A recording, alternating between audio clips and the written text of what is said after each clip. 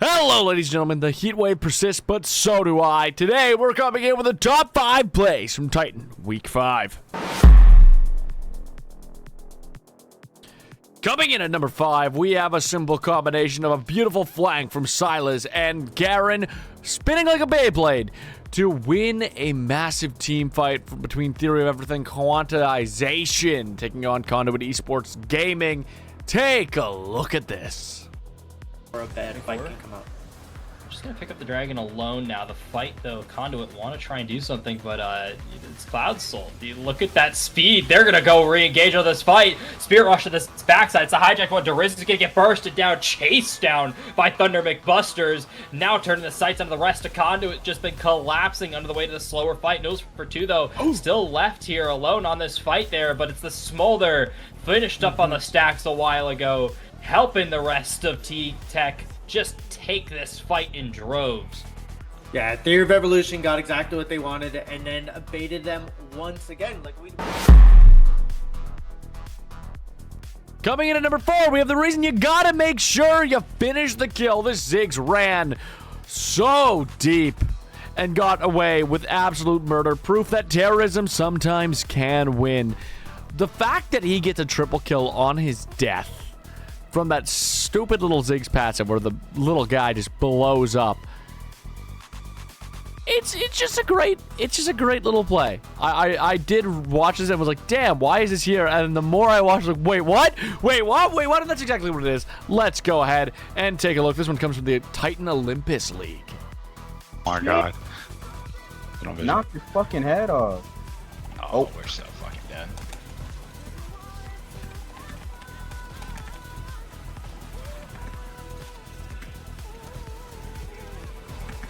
Uh-oh. Not like this, bro. Zed, one more Q for the boys, bro! Oh, so good! Oh my god! Everyone! Oh my fucking god! Oh my god. Coming in at number 3, we have a play from Elegy Direwolves and the Jolly Roger Bilge Rats. Okay. This I can only describe as you know those scenes in action movies where people run at each other one by one by one by one? That's how this play starts. And then it turns into a horror movie as Shyvana and Set just alt/alt, like Dragon's Descent / blanking on Set's ultimate name here. I know it's something really obvious, so the showstopper right in to the remaining members of the enemy team who didn't run in the one by one action movie. It reminds me of oh god, what's it called? The old Reacher with oh god, Johnny Depp, I think it is. Not Johnny Depp, sorry. Other one.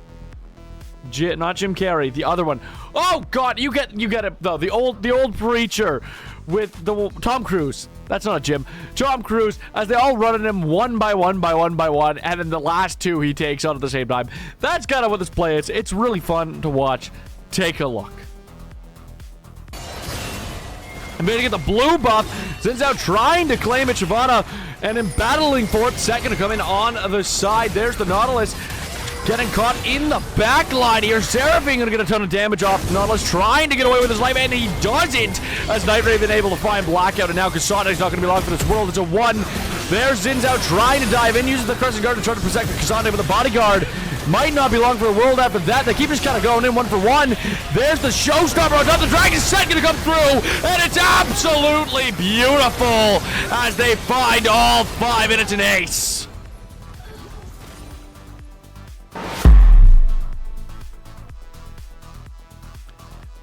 Coming in at number 2, ladies and gentlemen, an Elysium play has finally made the list. This one sent to me by the mid laner of Elysium Ravens, Blobfish, over in the Vanquisher Leagues when they took on Syndicate Monologue this week.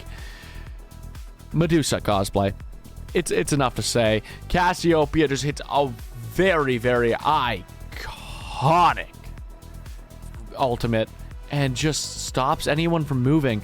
And then as they come out of the gaze, they fight this fight 4v5 while Ignorus is just split pushing top as Olaf, and it ultimately wins them the game. It's an actual banger to watch this team take a 4v5 victory. So let's take a look.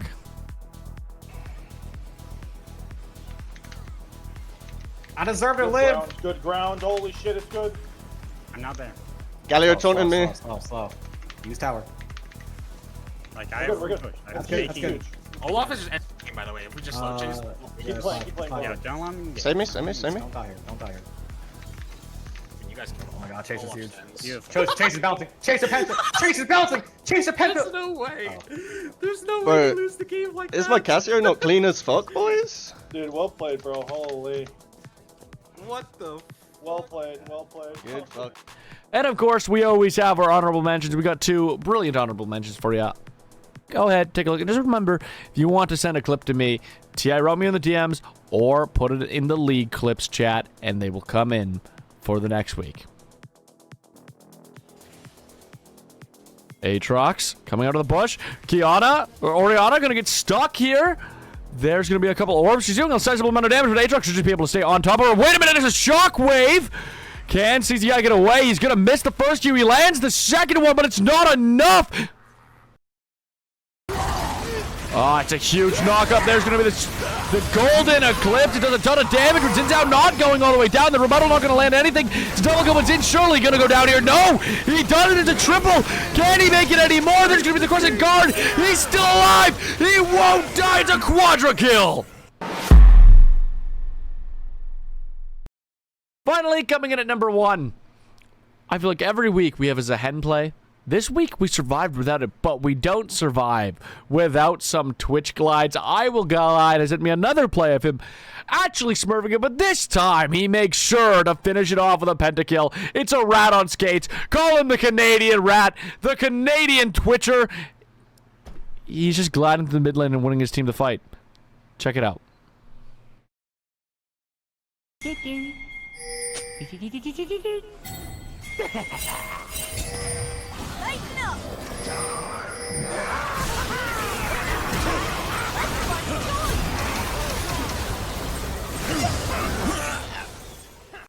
And ladies and gentlemen, that's all for us for this week. Top 5 plays from Titan Week 5. Make sure you get your clips into me whenever you can. I'll try to get these out for Monday or Tuesday when I can. I do accept last-minute clips on Sundays, 2 Mondays, like the close off. But if you can get your clips to me, I hope you enjoyed this week. If you've got any notes for me, put it in the comments. Let me know which clip was your favorite, and I will see you next time. Hello, ladies and gentlemen. The heat wave persists, but so do I. Today, we're coming in with the top 5 plays from Titan Week 5. Coming in at number 5, we have a simple combination of a beautiful flank from Silas and Garen spinning like a Beyblade to win a massive team fight between Theory of Everything Quantization taking on Conduit Esports Gaming. Take a look at this. Or a bad fight can come out. I'm just gonna pick up the dragon alone now. The fight, though, Conduit want to try and do something, but it's Cloud Soul. Look at that speed. They're gonna go re-engage on this fight. Spirit Rush to this backside. It's a hijack one. Dariz is gonna get bursted down, chased down by Thunder McBusters. Now turning the sights onto the rest of Conduit. Just been collapsing under the weight of the slower fight. Knows for 2 though. Still left here alone on this fight there, but it's the Smolder finished up on the stacks a while ago, helping the rest of T-Tech just take this fight in droves. Yeah, Theory of Evolution got exactly what they wanted and then baited them once again. Like we.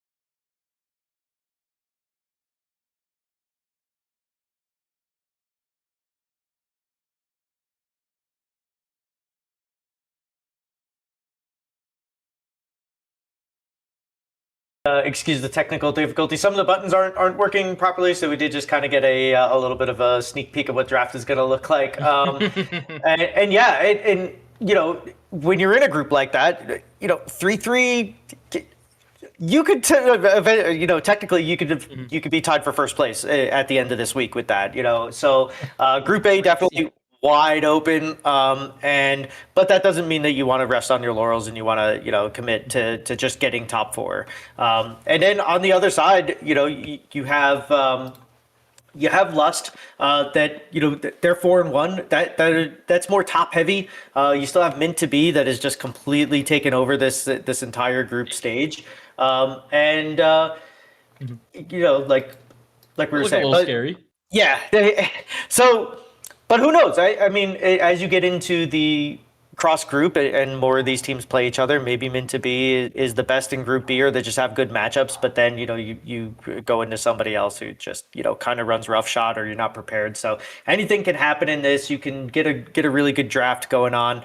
And speaking of draft, we do know that Lock is now unlocked, you know, for Titan Esports here. So we'll probably not see that champion today because he's a little broken, but there is still a chance that we do end up seeing him today. It's not uncommon to see him on the first week just for teams to try and to mess around with it. Both teams, to my understanding, to you and me, we were kind of looking at these at these tables, and we're like, yeah, 3 wins should be in. Ooh, a little flash again. 3 wins is in, and you can see Mighty Morphin Syndicate already there at that 3-win mark. So any extra wins is just solidifying where you want to be seed wise. So you could kind of mess around with that lock if you feel like it. XSV Lux in a very, very much more competitive environment. You've got 2 teams behind you at that 3-win mark as well, and it's really just up to Andromeda to kind of come back up in that in that bracket. So I'm not too concerned with either team picking Lock either. I think he's such an early game solo queue focused champion. You were kind of mentioning like Fizz and whatnot with the gray HP, kind of trauma dumping with Robio before the game started about him. I'll have to experience it myself, and because I gotta start playing again. But other than that, Robio hates that champion more than I do, so that's cool. I don't find him is super hard to deal with. You just have to play extremely passive and keep your distance. But posted you know, that lock stat. you mess up, yeah. The last 7 days of the top 42 lock players in the world. This is a thing Lolalytics likes to do a lot. You can kind of check to see how do the best or good lock players or of your champion, how do they actually stack up? 62.5% win rate from this champion in solo queue over the last 7 days. So it is a very, very strong character right now. And I wouldn't be surprised with those blue side bans. Craziness is in the air, man. MSI going on right now. We saw the upset to nobody's surprised. You know, we stand with our friend here. You and me stand with our friend Austin with him in his Copia bracket. But hey, man, craziness in the air. We got to be worried about these champions. Yeah, it is, and go NA. Obviously, I'm gonna always be rooting for NA, and it's cool to see Lion actually coming through and making it into the top 4 and stuff. I've been a terrible participant in this. I haven't really watched any of it. I'm just kind of rooting. It's like the World Cup for me. I'm just watching from the sideline. I don't really care. The Knicks won the championship. I'm still basking in that and the fact that my other teams suck. It's definitely interesting to see the professional scene finally get a little bit of parity to it. You know, an MSI going on. You know, we're going to start seeing all of that crap in these games and in our solo games and stuff. So, it's fun. It's fun to, you know, watch that stuff get incorporated into here as we do kind of get into these bans, and we are going to see the lock ban from Mighty Morphin Syndicate. So they're going to have the Jarvan, LeBlanc, and Lock, and then XFV will have the Victor, Hui, and Karma, and you can take us a little bit through the first round of picks. I don't mind what I'm seeing with the Seraphine Misfortune. If you're splitting Seraphine away from Ashe, you have Make It Rain to kind of have access to that slow, and so it's not impossible. Wukong really does like having enchanters here. And overall, in terms of the bot side of the map, I'm really expecting that Mel to go bot lane. You are dealing with a Especially very now. scary, yeah, especially nowadays, but you're really dealing with that scary kill lane from the Mel Nautilus as the Misfortune. Or the Seraphine, depending on who of these two players of D-Shot and Resilient are going to be a little more aggressive on their positioning. So very big eyes on how positioning goes in the bot lane here. And one mistake is going to snowball out of your control, because the second that Mel is in a comfortable spot, you got your lost chapter, you're level 9, you got a kill. Nautilus doesn't have to be there anymore.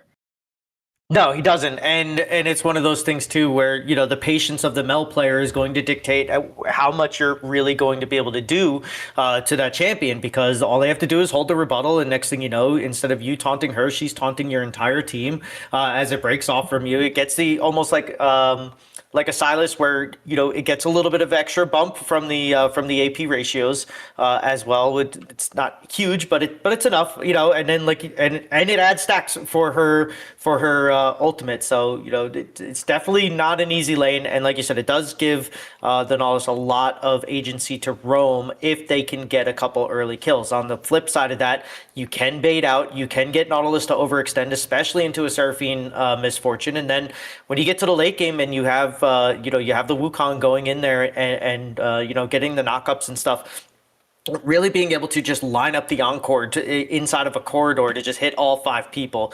And then on the side of XFV, they got a lot of scrap as well. And both of these teams seem like they want to fight. You have the Renekton and Ambessa or Zahin matchup up at the top. Then you have Akali and Vex, which that can snowball out of control for either one of them, So both of these comps look like outside of the bot lane, that looks like it wants to slow down and set things up from both sides. Like, everybody else here wants to scrap, and I think that adds a lot of versatility to what both of these bot lanes want to do.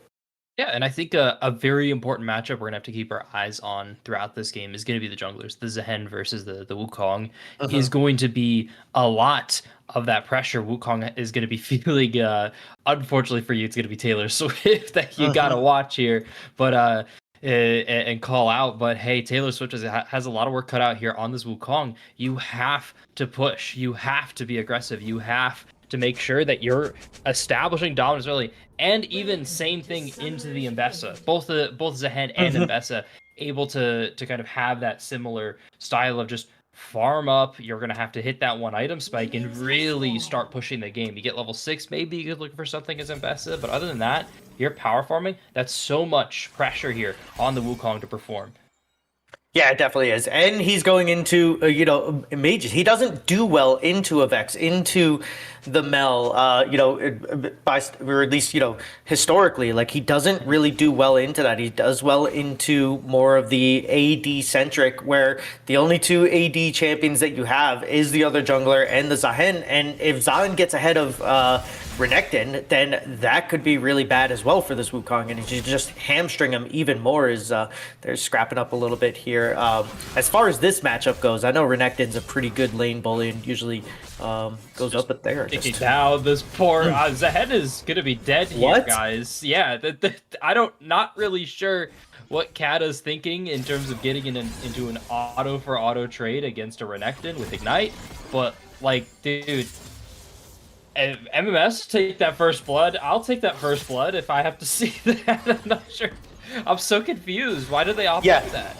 I don't know. I was literally about that, because I don't play a lot of top lane, especially Renekton or Zahen. So I was about to ask, like, who wins that normally? And I guess at least at level 1, my question got answered, especially when they have Ignite, and teleport is something that you're seeing a lot less of on these top laners, especially these bruisers and scrappers that want to go, because now you get it automatically. And yes, it can screw your tempo and your laning early game, but late game, everybody gets to teleport in the top lane now. So it is interesting to see the different types. Like, you obviously get your normal, like, Ghost Flash from the Dariuses and stuff like that, but I do like seeing, like, Renektons and other champions start to pull out other summoner spells outside of just teleport, and I like that Riot added that little bit of change to it when they came up with the lane quests. Not too bad, and a big thing now for Kata is your job here on the Zehen. I view Zehen very similar to Nautilus. A Zehen that dies stays dying. If you start losing early, there's not going to be a whole lot you can do. And usually I'd say, Icarus, you're breaking the rules, you're fighting in a balance, but god damn, that's a lot of auto damage. Kata just going to walk into the tower, giving it over to Taylor Swift, and now on the bot side, it's the Nautilus getting poked down again. D-Shot going to get, I can barely, what is that? Auracity? Yes. Or names that I got are different, so awesome. That's a name. New guy just dropped. Auracity. Auracity. Auracity. That's how it reads for me, anyways. So we'll see as it goes on. But yeah, that's also bad too, right? Like I was looking at the farm and I was like, oh, it's like 9-13 now. Like what's going on? And I was like, oh, he's panning over to the top side. Oh, it's because he created an extreme freeze in there, and Icarus just playing this matchup really well, especially now that Kata has kind of given up 2 deaths now. And I like the fact that Taylor Swift ended up getting that kill. We talked about this with the Wukong earlier, how they want to power farm, they want to get to 6, and then they want to give agency to their lanes and stuff. But also, Wukong, when fed and when ahead, can really start to take over a game, and especially as they get a little tinkies. Uh-oh. Ooh, Solomon hitting level 5. Yeah, Solomon's really got to be dodging those abilities from the Vex. I know it's a little difficult and it's not free, but University's actually going to be stuck again here at the bot side. Tail Swift in the area gets ignited. Clutchy showing on up, but the Mbessa can't offer a whole lot of support. And there's a death to a tower mid lane as well. 1 falls to the bot side for Taylor Swift. Yeah, and we didn't see the play from Solomon and Sinja in the mid lane here, but actually... Maybe it's a benefit that we didn't. Yeah, it looked like they probably just got a little overzealous on the tower dive. Solomon was extremely low, and it looks like it was a flash for flash. So maybe it was like a flash bait from Solomon that just played out really well. Is able to get some breathing room and catch up a little bit on the CS, which is huge. And then yeah, on that bot lane play, that's oh no, Kata.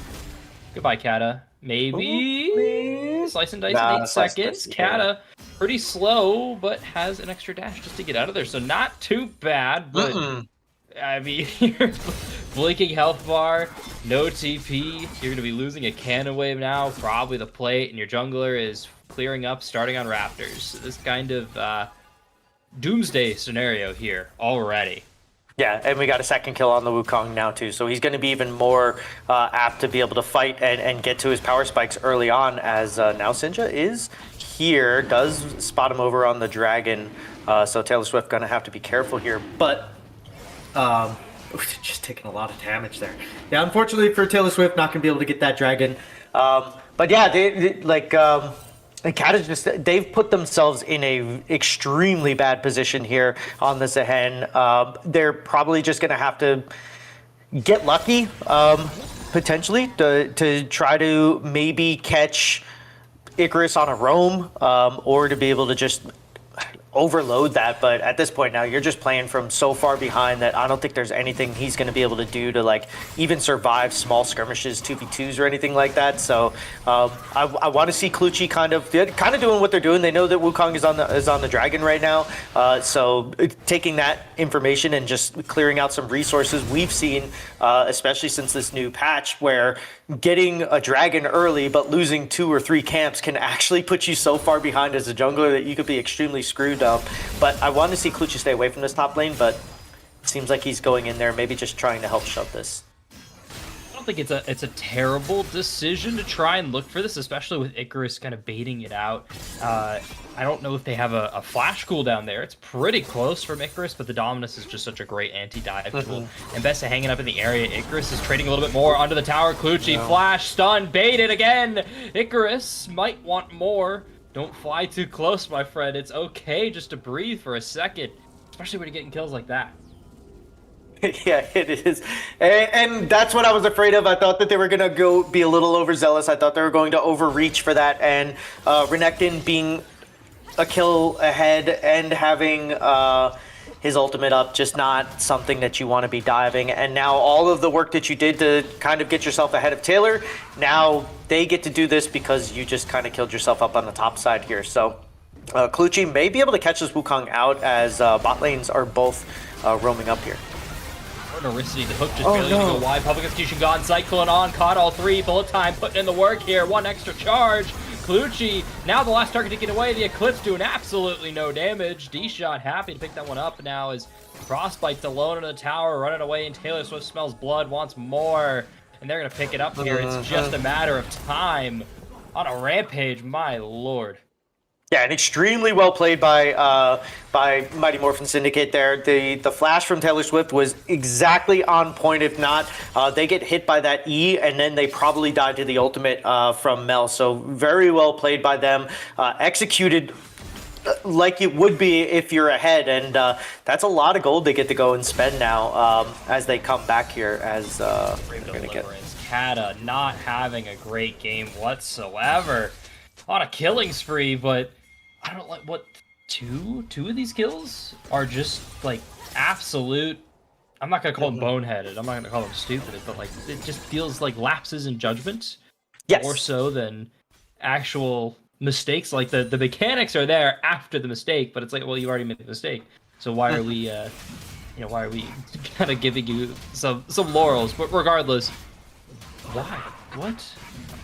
Yeah, that happens too. Like when you're that close to killing him in level 1, but then you die to the ignite, and then the jungler comes up and kills you. You get into this position now. I honestly wouldn't have even minded seeing him just picking up like a Tiamat and just go cancer pushing proxy at that point. You know what I mean? Like I don't know what Zahen's gonna really be able to do here until they get this. This lane quest completed. Cat is just in a bad spot right now, and this is one of those games where like this can really test your resiliency and your mental state. And if he can just kind of chill here, reset himself, and not completely give this game away to Icarus and MMS, then maybe that's like a positive sign, something that you can take away after this, being like, yeah, I played like absolute dog crap in the beginning of this game, but I kept it cool. I did what I was supposed to, and now we do see a little bit of a skirmish here with the jungler running down. Yeah, the jungle is moving on down, and Best is going to get to the bushes. The fog of war alongside the fight, actually helping so much, but Ornacity fighting so aggressively for that bush vision. I feel like that's going to tell you something. Resilience already hiding away. D-Shot's not even engaging with the wave whatsoever. They're not going to pick up Clutchy quite yet here, but if they can just burn time, wait for your Wukong, it's a possibility.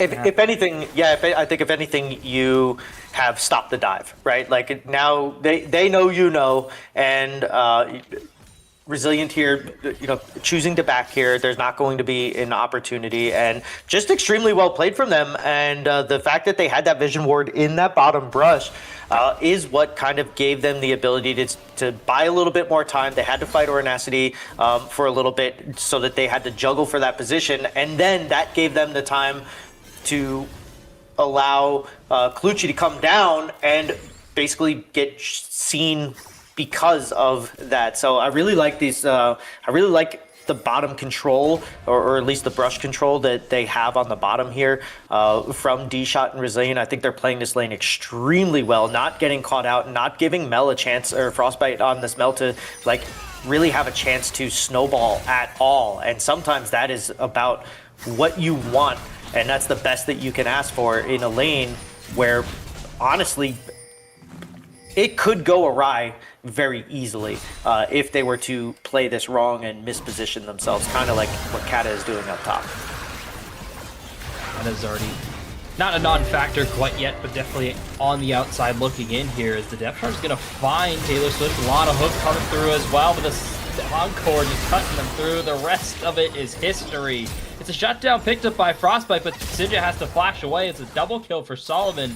Looking for a little extra, but not able to make the play quite work. It's 1 on the board for XSV Lux, and it all starts with 1. Yeah, and an interesting thing here is that when Vex hits the clone and the Wukong dies, they do not get a reset on their ultimate. I was watching that because I saw him actually hit the clone, and this is an interaction I actually didn't know about.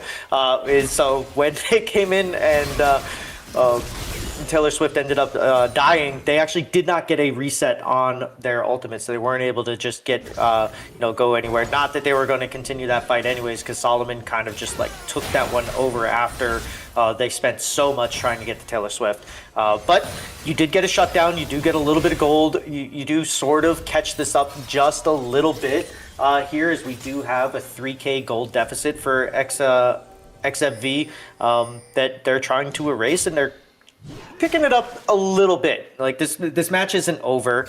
Renekton does fall off a little bit towards the end game to where you will be able to kill him, and Zahen does kind of scale pretty well. So does Ambessa. So this is not over yet. They can still fight this out, and they can turn this one around. And getting little shutdowns and stuff like that onto your Mel is something that you want to be able to do moving forward to try to claw your way back into this game. It's something, especially now that you have the kill on Mel, you kind of achieve what we talked about in draft, where you get that one kill, you get your... technically, we mentioned the Lost Chapter, but I mean, Lost Chapter builds into Looted, so close enough.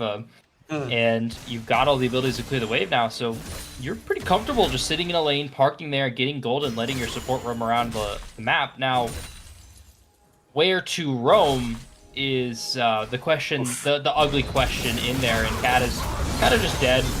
Yeah. No comments. Everyone just kind of avert your eyes, look away.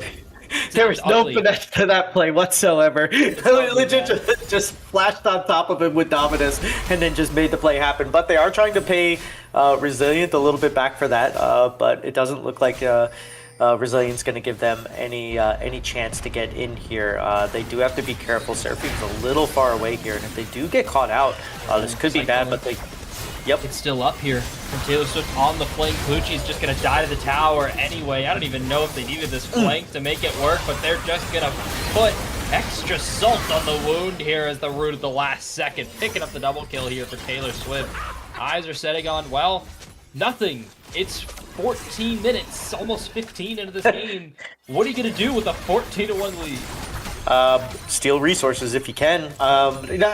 This is just MMS off the backs of this early lead that Icarus has gotten Taylor Swift. Like, they have just done everything right, and it's easy to do everything right when you're so far ahead, but not everybody does. So their execution is based off the fact that they have gotten this huge lead early, but we don't always see it executed this well. So Mighty Morphin Syndicate off to a very good start here. They're getting all the plays that they want, and just shout out to Resilient on that play, because not giving Clutchi an avenue in to dive him in between the towers there is kind of what set that whole play up there, right? So the fact that he didn't make the mistake sometimes is just as important as making the play happen. And now Icarus basically can sneeze on Kata and get a kill there, and everybody else is so far ahead because of the early start here. So Mighty Morphin Syndicate playing extremely well right now, and like they're poised to just kind of take this game one here at this point. I don't know what too much XFV can do outside of getting picks here and there. This is kind of scary if you're the XSV Lust squad. You had a shaky performance coming into this week. You had a lot of kind of questions about the 2-1 that you got last week, and now Mighty Morphin Syndicate, a team that I imagine everyone, aside from Resilient, who writes the Olympus content, would write, but everyone else would be looking at this XSV Lust squad and saying, hey, you're really expected to dominate this night. There's a lot of issues, but look at every single little mistake. It's every time we see some sort of action on screen, there is just a little bit of kind of like a tilt. It's the picture frame's tilted, but we keep tilting it so much more and more here. This might just be a play for Solomon if they could get away. Grim Deliverance under the tower, still going. Clutchi gonna flash close the distance. Solomon, don't do it to him. They get time to live here under the tower. Clutchi clears the wave. It's Kata alone. No Grim Deliverance. No stacked up on the passive. Again and again, XSV Lux can't make it work, and they cost them the dragon. Yeah, it does. And now you have Soul Point at what, 21 minutes, 22 minutes. So that's pretty huge. That is a very big, strong buff. And if XSV don't do anything to stop this hemorrhaging, especially on the dragons, then they're going to be sitting there looking at a Mountain Soul Wukong and a team that is so far ahead already that they're going to have to try to deal with here. And that is a very quick buff or a very quick time to get a buff that is that strong. And that is one of the understated, at least in my opinion, one of the understated dragons that, like, when you get it, it just becomes so hard to kill. And if you have none of these buffs yourself, like, that's just a lot of gold value in dragon buffs that you're just missing out on. So It's demoralizing. Yes, it is. Dealing with that shield, every fight just it feels like you're already on the back foot. You're already hitting tab. You're seeing 14-1. You're already kind of stuck in this frankly terrible situation, and they've got a shield anytime you're trying to do anything. It just hurts, man. It's so hard. Sinja is kind of backed themselves in this corner here, setting up some play. They've got the melt moving on. They could send the numbers, but at the same time, mid's open. They've already rotated. They're going to try and make the spring here onto Solomon, but no public execution from Clutchy because Solomon was able to get away from it last time. Yeah, and now you don't have the cooldowns, you don't have anything that you want. Just nothing is kind of going right, and that may be like the best thing that they need is like sometimes, and we've seen it. I think we saw it last week where you just get slaughtered in game one, and then as we get another fight coming down. It might just be continuing on the slaughter, but everything will go a little wide here from MMS. Depth charge to try and lock down Taylor Swift, not without monkeying around to the backside to pick up Clutchy or TP coming on through. Second charge of the Cyclone. Hit a little too early. Kata trying to close the distance, able to find the pull back, forces the flash away, and the heal. Just for that extra movement speed. But hey, there's the snap to Icarus here in the top side. Happy to get this tower. Yeah, he is. And when you can win a fight and go 1-0 and exhaust the teleport and get the tower at the same time, like, absolutely insane. Insane value out of that play from MMS. And so they're just firing on all cylinders right now. And Icarus actually has teleport, so he'll be able to either get a flank himself or get back to his lane as quickly as he wants to here as they go. And, like, it feels like these guys are so far ahead. But it's funny because, like, if you look at this, we're 19 minutes in. We just had Resilient, who's 207, get their first or their second item. Right? Like, how crazy is it that he's literally sitting on his second item right now? MMS is starting to come around to get their second items. As you see, Icarus also picks up the Black Cleaver here now. So even though they feel so far ahead, and they 100% are, it's crazy how fast they've gotten this far ahead. Is now they are going to open up this mid lane here with the Shelly and try to get even more resources stolen away here from Clutchy. And now it looks like they're going to try to open up this mid lane and then potentially either get a good team fight to where they can just go straight to Baron, or it looks like they may just start the Baron themselves now because they're so far ahead here. And there's really nothing that XSV at this point can do. There's not it's just kind of a waiting room and a test here for MMS to see how they can end the game. Can they see the angles here? They're trying to create as many as possible. You kind of get to play a little bit with your action figures when you have everything working so well. You can encore the tower like this, and it's just a beautiful team fight executed well in the dive, and they're trying to set their sights onto Clutchy. You're trying to get away as fast as possible. Clearing out of that. Kata was not looking at the mid lane when they were walking over here. They're just going to fall. Icarus is dominating Baron. Their sights are set on it. Yeah, good timing, good patience, just like what I was talking about during the draft, where, like, yes, if you have patience on the rebuttal, you can really, like, take this lane over and everything. The same can be said for D-Shot on the Seraphine, right? Like, you can have some patience, wait for the rebuttal to go down, and then get the encore, and nabs both of them, and Icarus with a well-timed flank coming in from the top side there after shoving the wave. So just like I said before, they're firing on all cylinders. This is their game. Like, this is their statement game right here. And if you're XSV, you just have to rest on the fact that it's going to be 1-0. I don't really see a way that they can come back unless they are master turtlers that can just get this to go to 40 minutes, maybe. But yeah, you can rest on the fact that it's going to be 1-0. A little bit of a potential catch out here is the Make It Rain's going to see Clutchy here. They are trying to get this posture up for Dragon here, but That's a ton of damage coming out from MF. A lot of damage coming out of NMF. Collector also finished up. That's a big grouping. All the abilities besides the Cyclone right here. And Tails still going in the backline. Couple seconds left on that ultimate. Everything going right for D-Shock quite now. A little uncoordinated here from the side of MMF, but they've afforded themselves the ability to do the Solomon in the backside here. Public execution, not even popped. It's the perfect one. Looking better. Public to try and get away. Solomon keeping up the pressure in the backline. Icarus is godlike. In the meantime, it's a little messy, but they bought themselves that pressure. And they're going to pick up Sinja here at the last second. Baron, not Baron. They can't use that quite yet because they're trying to finish up the Soul here. They just want everything, man. They want every objective. Yeah, why not? They worked for it, right? They worked hard for this one. This was Friday's hard. It was a hard yeah. work. Just letting off some steam here. It's like you've probably seen like those images of after like bad playoff games when people hop on like Madden or something. To, Yeah, like, and it recreate. That's what this looks like, man. Yeah, I've done that before too after a really hard day, and then I get on Madden and I get beat up by a 12-year-old and it makes my day even worse, so I understand. Exactly what's going on. What I need to do is play my kids in Mario Kart because there is no kid that will beat their dad at Mario Kart, so that's my way of getting back at them. But yeah, no, this is just rough, and at this point, I don't even think that there's very many silver linings, even if they catch which they don't. I was going to say, even if they catch Resilient here and they kind of stall this game out, I think at this point now, XFV just has to be like, okay, we screwed up.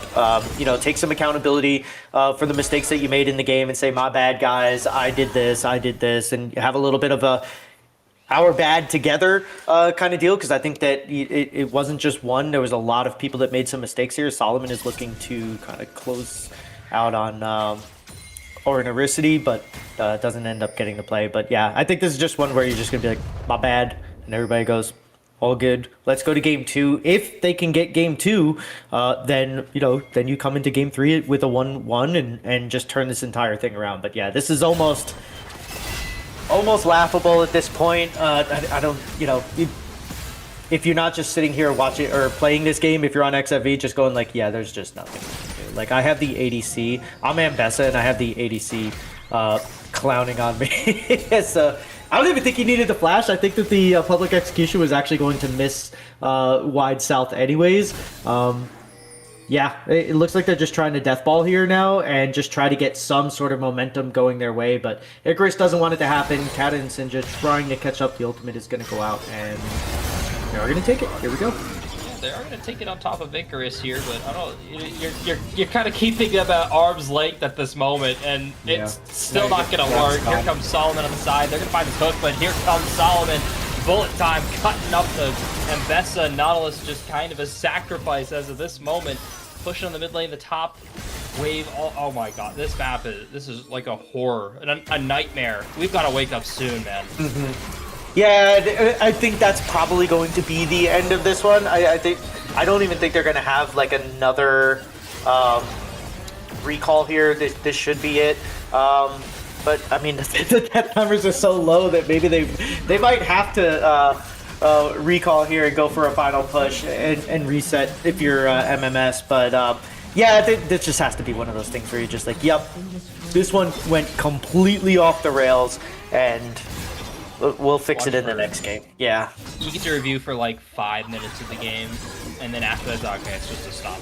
Everything afterwards, it's just super hard to draw conclusions from. Every mistake is just compounding on the last, and now it's, I think you've mentioned mental resilience in the game trying to get back. Now it's how do you look at the next game? How do you try and approach? Because this isn't necessarily a traditional team comp, but it's looking like it's what XSV Lost wanted to run. They looked pretty unabated in terms of the champions and the styles they were trying to run and mesh with. They got a great fundamental like floor here for how to pilot this, but look at this, nothing's working. Public execution gonna hop onto the clone, man. Like it just sucks. It just sucks to watch this. It's like it's a bad day. You get you wake up, you have that nightmare, and like, oh my god, my fly's down all day. It's one of those ones. Kata gonna get knocked through with the second cycling group delivery from the backside, able to pick up the passive, not quite at all. Encore just to laugh at him. First Nexus Tower gonna fall here. Now they're just gonna push for the second. They're looking for a pretty fast game time. It's still 27 minutes, but For every minute, maybe they were trying to do this intentionally. Every minute of this game, Trying to they pad got a stats. kill here as MMS. What a Yeah. crazy game. That's 1 kill a minute. That's usually what we see. Like in the end, it's 27 because it's 14-13, not 27-1. Yeah, that is just that one got away from them extremely quickly. From the moment that Kata tried to 1v1 Renekton, in the top lane and die really quickly, and then I think like just the mental wheels just fell off after that, right? Like it's just one thing after another. Vex ulting the clone. Ambessa ulting the clone, like it was just one thing after another. It's like a Three Stooges episode that we just watched. Unfortunately for XFV, but at the same time, what you can do is just be like, okay, we got our asses kicked. Let's pick ourselves up, and you can also hope that MMS maybe are overconfident because of that. Like how many times have we seen going from game 1 to game 2 where it's just such a stomp in game 1 that the winning team from game 1 plays like they're still ahead, and then they make bad decisions, and then they give away back in, and then next thing you know, XFV going into game 3, right? It 1000% could happen. They're on the top of their group stage for a reason. Even when they played bad last week, they still got a win. So it's not out of the realm of possibilities for them to come back as bad as that was. They just have a lot of work cut out for them. But regardless, keeping that pressure into the second game here for MMS, a lot for them to also do here. So both teams got a lot to rest on. Maybe MMS, don't get too caught up in the hype. Don't think you've already won yet. Make sure you can actually move on from this series. And honestly, for them as well, not drawing too many conclusions other than, hey, we won. It looked great. My God, we stomped them. What's game 2 look like? How do we go? Same thing for XSV. My God, this sucks. Let's just move on. Let's figure it. Let's get back to the drawing board a little bit. Don't overcomplicate it. Let's see if these two teams cannot get lost in the sauce, because man, meta definitely is favoring these teams that like to get a little lost and that like to get a little cooking. So let's see what they can produce for us here at the kitchen. We'll be the judges of that here on the cast after this short break. Don't go anywhere.